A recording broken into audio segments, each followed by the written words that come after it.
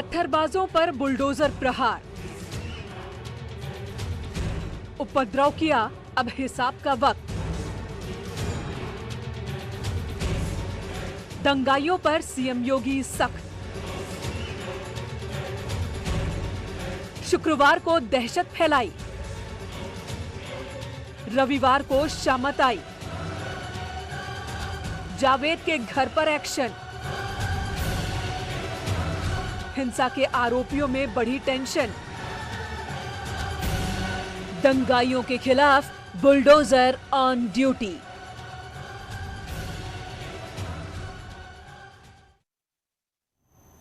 नमस्कार, आप देख रहे हैं न्यूज 18। मैं हूं आपके साथ मेनका चौधरी और ये वक्त है लाख टके की बात का। नमस्कार, मैं हूं आपके साथ आरजू साईं। कुछ सवाल लगातार बने हुए हैं। क्या पत्थरबाज शांति के दूत हो सकते हैं? क्या शुक्रवार को हुआ प्रदर्शन शांतिपूर्ण था? और अब जब कार्रवाई हो रही है तो विपक्ष को बेचैनी क्यों है? ये तमाम सवाल इसलिए क्योंकि आज जब प्रयागराज हिंसा के मास्टरमाइंड जावेद पर कार्रवाई हुई तो जो ट्वीट अखिलेश यादव की ओर से किया गया उसमें शांतिपूर्ण प्रदर्शन करने वालों पर कार्रवाई की बात कही गई, जिस पर राजनीति भी शुरू हो गई है। तो अखिलेश यादव ने लिखा है कि उन पर कार्रवाई नहीं हो रही है जिनकी वजह से हालात बिगड़े हैं, बल्कि शांतिपूर्ण प्रदर्शनकारियों पर कार्रवाई हो रही है। बिना किसी जांच के बुलडोजर से सजा दी जा रही है। ये हमारी संस्कृति में नहीं है, न विधान है और न ही संविधान है। अब इस पर सत्ता पक्ष ने कड़ी प्रतिक्रिया दी है। उप मुख्यमंत्री ब्रजेश पाठक ने लिखित बयान जारी किया है और उन्होंने ये कहा, बुलडोजर चला, अखिलेश के पेट में दर्द हो रहा है। उन्हें पत्थरबाजों में शांति दूत दिखता है, आतंकियों में भी शांति दूत दिखता है। ब्रजेश पाठक ने कहा कि समाजवादी पार्टी का हाथ पत्थरबाजों के साथ है।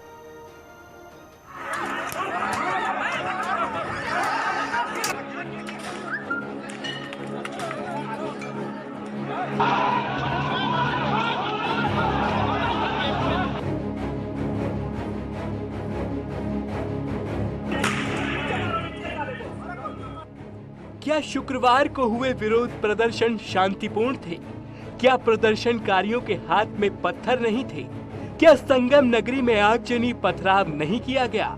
ये सवाल समाजवादी पार्टी के अध्यक्ष अखिलेश यादव के उस ट्वीट से उठे हैं, जिसमें उन्होंने कहा है कि शांतिपूर्ण प्रदर्शनकारियों को बिना किसी जांच के बुलडोजर एक्शन की सजा दी जा रही है। पहले एक बार फिर से पथराव आगजनी की तस्वीर देखिए और अब देखिए कि अखिलेश यादव ने ट्वीट में क्या लिखा है।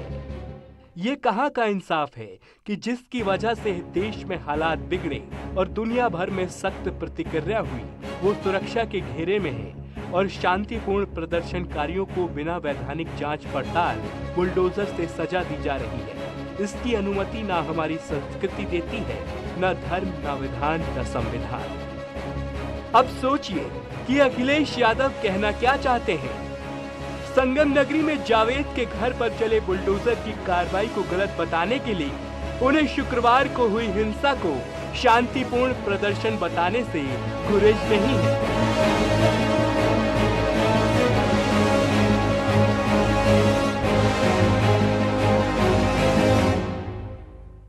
अखिलेश यादव की इस टिप्पणी पर उप मुख्यमंत्री केशव प्रसाद मौर्य ने तल्ख टिप्पणी की है। उन्होंने अखिलेश यादव को दंगाइयों का हिमायती करार दिया। पिटाई दंगाइयों की हो रही होगी, दर्द रसीदी अखिलेश यादव जी को हो, रात में क्या करूंगा। पिटाई दंगाइयों की हो रही होगी, दर्द रसीदी अखिलेश यादव जी को हो, रात में क्या करूंगा। फिलहाल हिंसा के बाद पुलिस एक्शन में है। प्रशासन लगातार कार्रवाई कर रहा है और इस मसले पर राजनीति भी तेज है। Bureau report, news 18। Uttar Pradesh में प्रयागराज हिंसा के आरोपी जावेद पर कार्रवाई को लेकर अखिलेश यादव ने निशाना साधा तो कार्रवाई पर लड़ाई जेएनयू तक पहुंच गई है। दरअसल हिंसा के मुख्य आरोपी जावेद की बेटी आफरीन फातिमा जेएनयू में पढ़ती है, जिसके समर्थन में जेएनयू में छात्र संगठन आइसा एआईएसएफ से जुड़े छात्रों ने जमकर प्रदर्शन किया है। आरोप है कि सरकार गलत तरीके से कार्रवाई कर रही है। जावेद के खिलाफ जो कार्रवाई हुई, जिस तरह से जमींदोज किया गया उसका मकान, वो तरीका गलत है, ये कहना है जेएनयू के इन छात्रों का।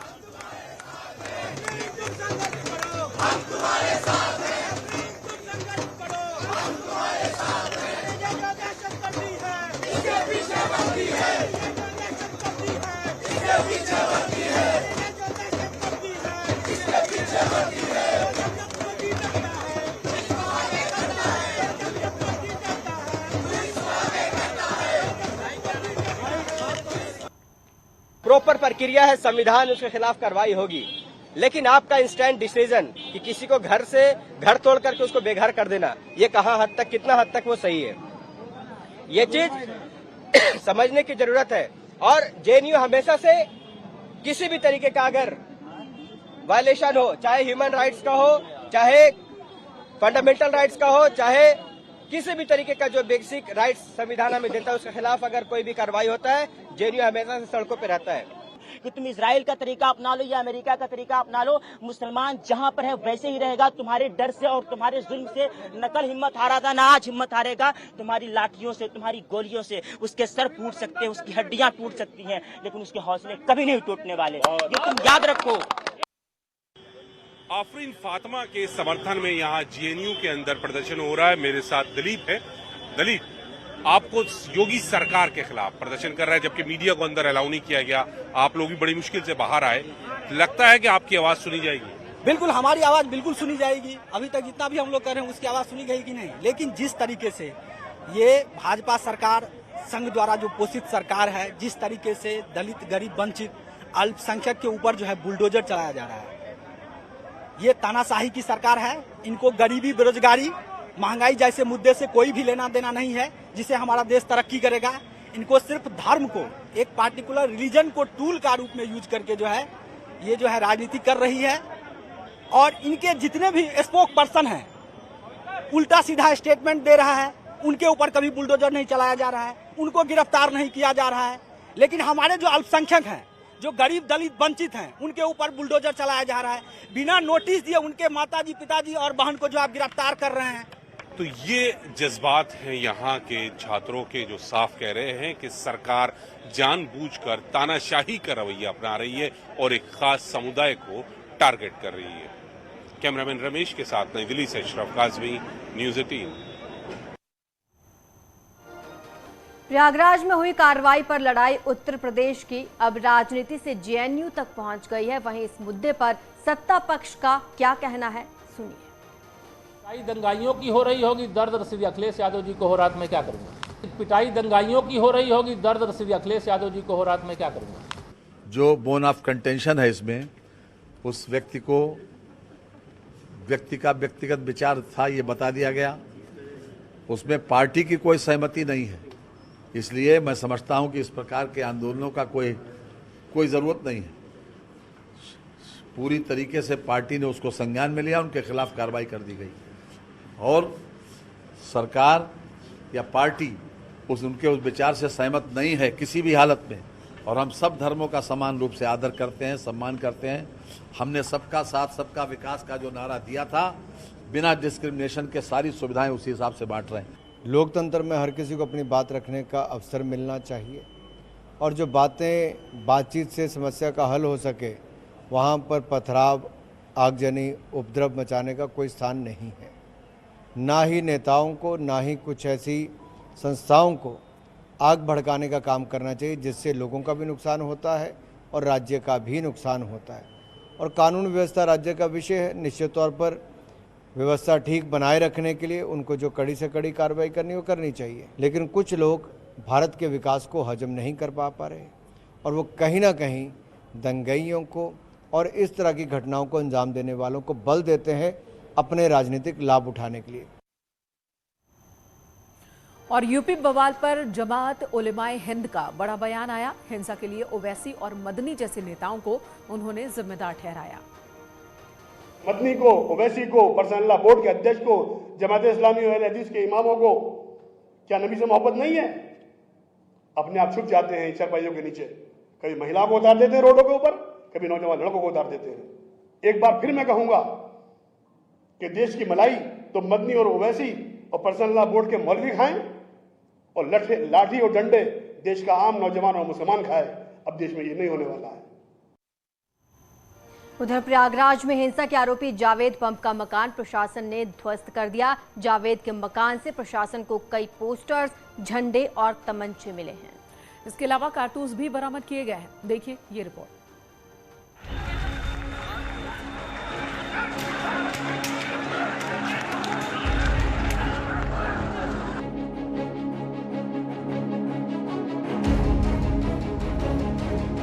ये तस्वीरें शुक्रवार की हैं, जब प्रयागराज में सड़कों पर नारेबाजी का शोर था। भीड़ के हाथ में पत्थर थे और उपद्रवियों का जोर था।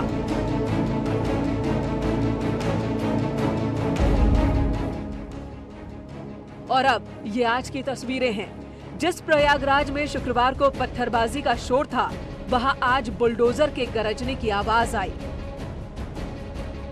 दरअसल हिंसा के तीसरे दिन प्रयागराज विकास प्राधिकरण ने बड़ी कार्रवाई की है। हिंसा के मास्टरमाइंड बताए जा रहे जावेद के मकान को ढहा दिया।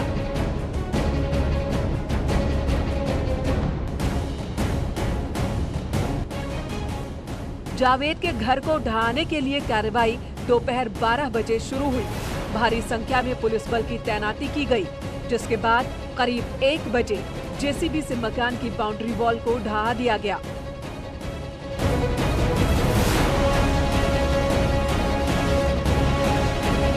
इस बीच मकान के अंदर छानबीन और मकान से सामान बाहर निकालने का काम जारी रहा।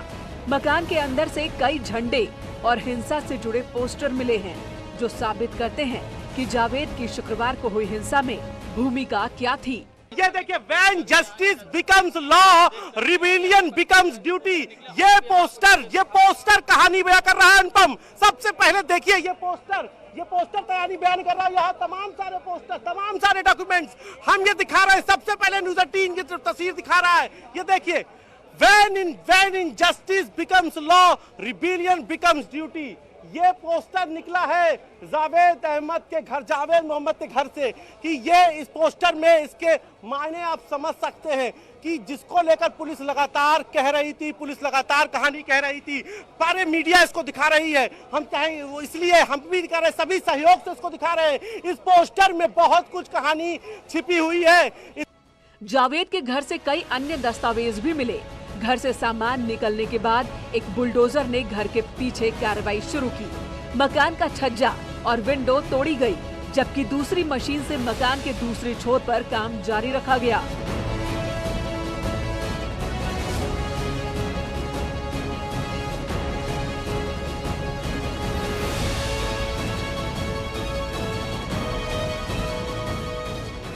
और इस तरह हिंसा के मास्टरमाइंड जावेद के घर को ध्वस्त कर दिया गया। मकान को ध्वस्त करने से पहले एक नोटिस प्राधिकरण की ओर से चस्पा किया गया था, जिससे साफ है कि प्राधिकरण ने 25 मई को ही बता दिया था कि जावेद का मकान अवैध है। ये लिखा है जावेद मोहम्मद को सूचना दी गई है और लिखा है, इसमें जो विषय लिखा है वो लिखा है अनाधिकृत रूप से निर्मित भवन संख्या 39C/2A/1 करेली जेके आशियाना थाना करेली प्रयागराज के ध्वस्तीकरण किए जाने हेतु भवन को खाली करने की सूचना। और शाम को ही हमने मकान खाली करने की तस्वीरें भी दिखाई थी और उस पर लिखा है, जो आरोप लिखा है कि ये जो आपने किया है ये उत्तर प्रदेश नगर नियोजन विकास अधिनियम 1973 के प्रावधानों के विपरीत अनाधिकृत रूप से निर्मित भवन संख्या करेली के जेकी इस घर पर प्राधिकरण से अपेक्षित अनुमति प्राप्त किए बिना लगभग 25 गुणे 60 फीट की साइज में भूतल और प्रथम तल का निर्माण कराया गया। उधर से शुक्रवार को हुई घटना के बाद से जिस क्षेत्र में हिंसा हुई थी वहां सन्नाटा पसरा है।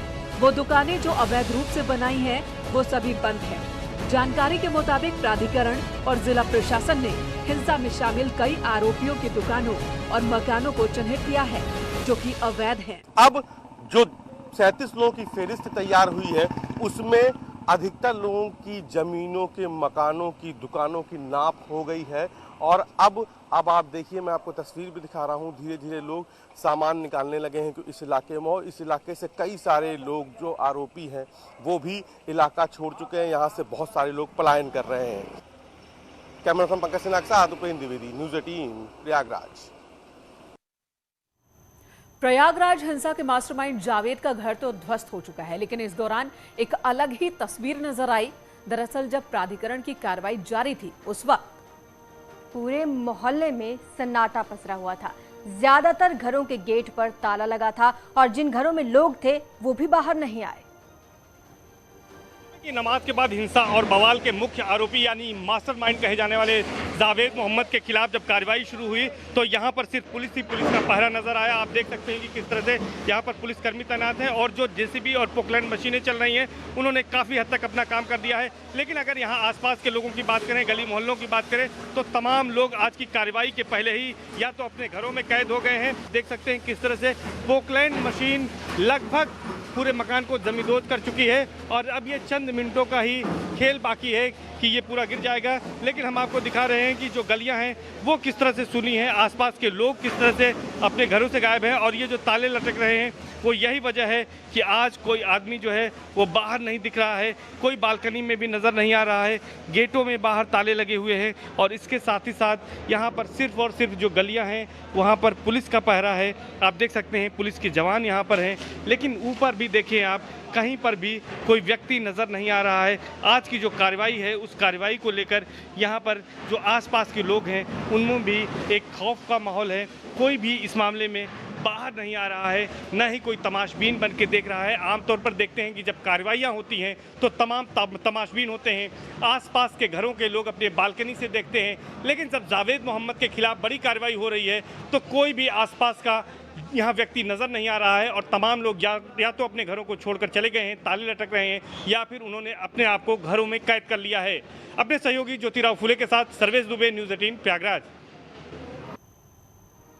तो आपने देखा प्रयागराज हिंसा के मास्टरमाइंड जावेद का घर ध्वस्त हो चुका है। इस पर राजनीति भी जारी है, लेकिन इसी बीच प्रयागराज प्राधिकरण ने दूसरे आरोपियों के घर को ध्वस्त करने की तैयारी शुरू कर दी है। माना यह जा रहा है कि जावेद के बाद अब AIMIM के जिलाध्यक्ष शाह आलम के मकान पर भी कार्रवाई हो सकती है।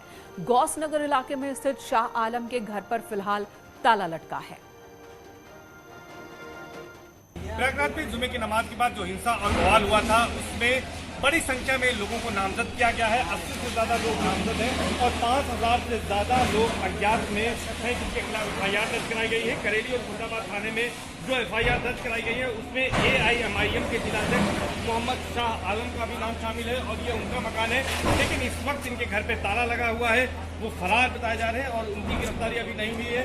और घर पर आप देख सकते हैं कि यहाँ पर MIM पार्टी का जो है वो झंडा भी लगा हुआ है और इनका नाम भी उनमें शामिल है जिन्होंने लोगों को भड़काया और उसके बाद यहाँ पर हिंसक रूप से पत्थरबाजी हुई थी।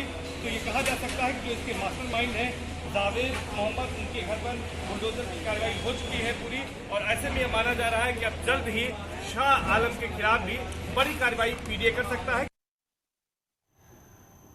प्रयागराज से लेकर कानपुर तक कार्रवाई हो रही है। कानपुर में हिंसा के मुख्य आरोपी जफर हयात हाशमी के पार्टनर बिल्डर पर एक्शन हुआ है। प्रशासन ने बिल्डर की अवैध इमारत सील कर दी गई। 2 बिल्डर्स पर एक्शन हुआ है। सलीम उर्फ जॉनी वॉकर और HS मलिक पर कार्रवाई की गई है। इस मकान को सील किया है। यह बिल्डिंग हयात जफर आजमी के फाइल एंड पार्टनर की बताई जा रही है।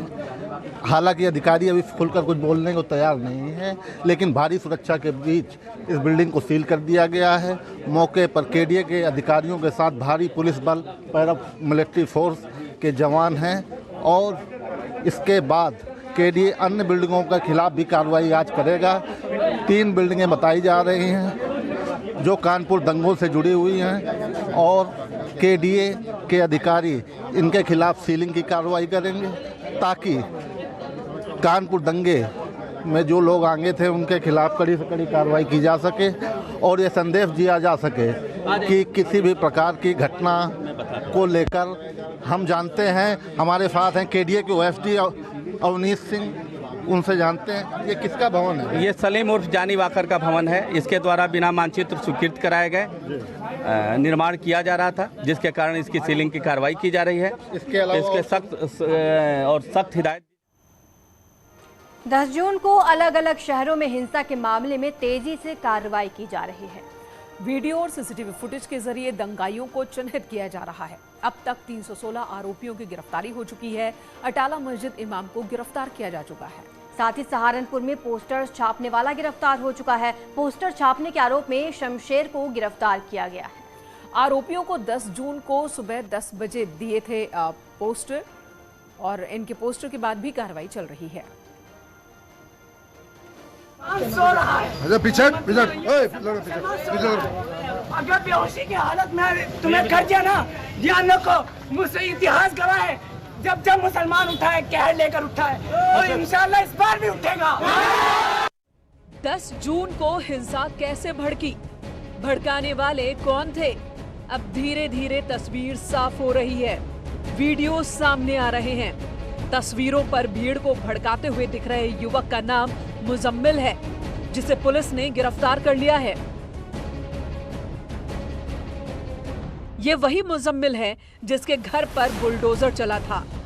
जानकारी के मुताबिक जांच में प्रशासन को मुजम्मिल का घर अवैध मिला था।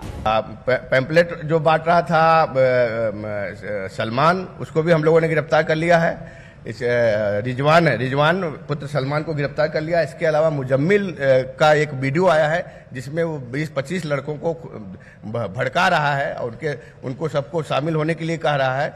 उसको भी हमने अरेस्ट किया है और उसका जो घर था उसको उस पर बुलडोजर की भी कार्रवाई की गई है। क्योंकि सहारनपुर में भड़की हिंसा पर पुलिस अन्य आरोपियों को तलाश रही है, साथ ही उनकी संपत्तियों की जांच भी कर रही है और अगर संपत्ति अवैध मिली तो तय मानिए कि बुलडोजर चलेगा ही। हमारा जो नगर निगम है और हमारा विकास प्राधिकरण है उसको चिन्हित कर रहा है और उनको नोटिस भी दे रखा है और उसके बाद जो संपूर्ण नियमानुसार जो कार्रवाई होती है उसके पूरी होने के बाद उसमें भी हम आगे और कार्रवाई सुनिश्चित करेंगे। 10 जून को सहारनपुर के साथ कई जिलों में हिंसा हुई थी, प्रदर्शन हुए थे जिसमें शामिल आरोपियों के वीडियो अब सामने आ रहे हैं।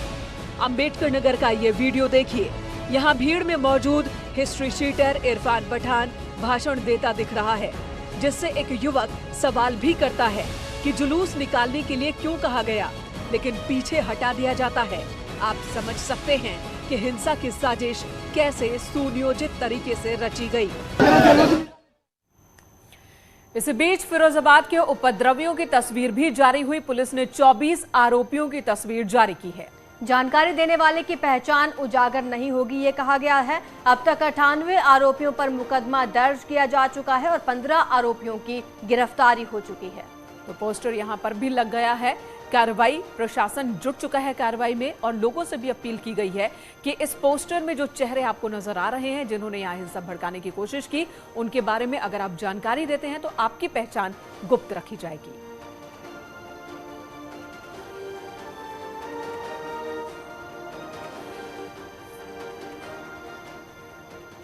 यूपी पुलिस और गृह विभाग ने 80 दिनों में 10,000 नौकरियां देने का लक्ष्य हासिल कर लिया है।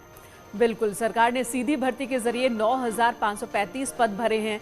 इनमें से 9,027 पद सब इंस्पेक्टर के हैं। पीएसी के प्लाटून कमांडर के 484 पद भरे गए हैं। फायर विभाग में 23 पद भरे गए हैं। वहीं सरकार की ओर से जारी हुए आंकड़ों के मुताबिक 5 साल में एमएसएमई के जरिए 2 करोड़ युवाओं को रोजगार मिला है। ओडीओपी के जरिए 25 लाख युवाओं को रोजगार मुहैया कराया गया।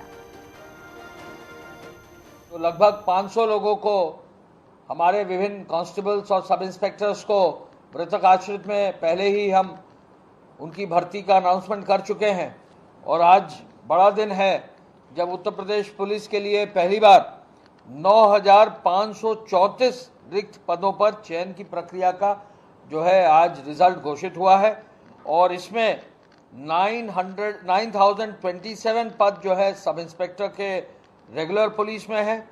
जो पीएससी के प्लाटून कमांडर हैं समकक्ष पद है 484 हैं और जो अग्निशमन में हमारे द्वितीय अधिकारी होते हैं 23 पद हैं। कुल 9,534 सब इंस्पेक्टर के पदों की आज भर्ती हुई है और 10,000 पदों पर गृह विभाग, पुलिस भर्ती बोर्ड ने अपने लक्ष्य को पूरा किया है।